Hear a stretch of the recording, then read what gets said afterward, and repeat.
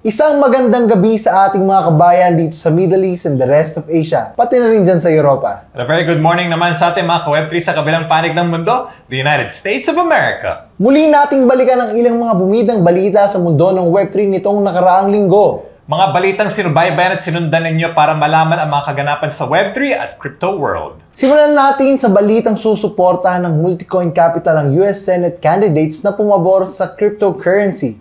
Narito ang aming report. Susuportahan ng isa sa largest investment firm sa US na Multicoin Capital ang mga kandidato sa US Senate na pumapabor sa adoption at utilization ng cryptocurrency. Sa katunayan, nag-pledge ang Multicoin ng $1 million worth of support sa 4 na Republican candidates. Sinasabi pa ng Multicoin na ginagawa nila ito para suportahan ang mga candidates who believe America needs to remain free for innovation. Samantala, listed na ang Philippine Peso sa isang international crypto platform? Alamin natin ang sagot sa report na ito. Go, go, go! Na nga talaga ang pag-introduce ng Philippine Peso stablecoin ng Coins.ph sa Ronin blockchain na tatawaging PHPC. This marks the first time na ang Philippine Peso ay listed sa isang international crypto platform. Ang PHPC is pegged at 1:1 to the Philippine Peso at backed by local bank accounts para ma-ensure ang stability nito para sa mga users. Dahil dito, PHPC makes it easier and cheaper para sa mga kabayan natin to send money, pay merchants, and do transactions using crypto.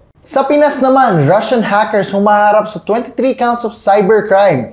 Ito ang aming report.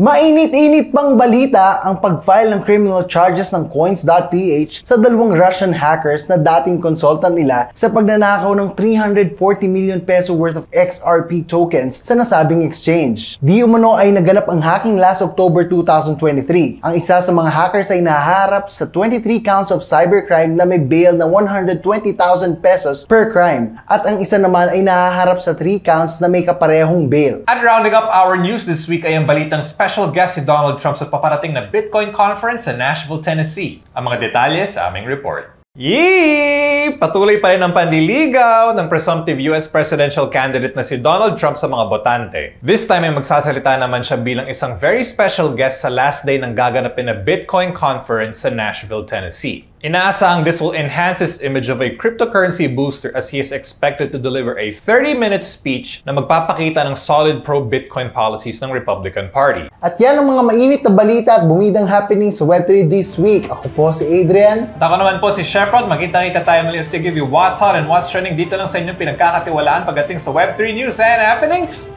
Web3 Chronicles! Looking like you're part of the MIB right now, man. Look at this. Standard issue Euro.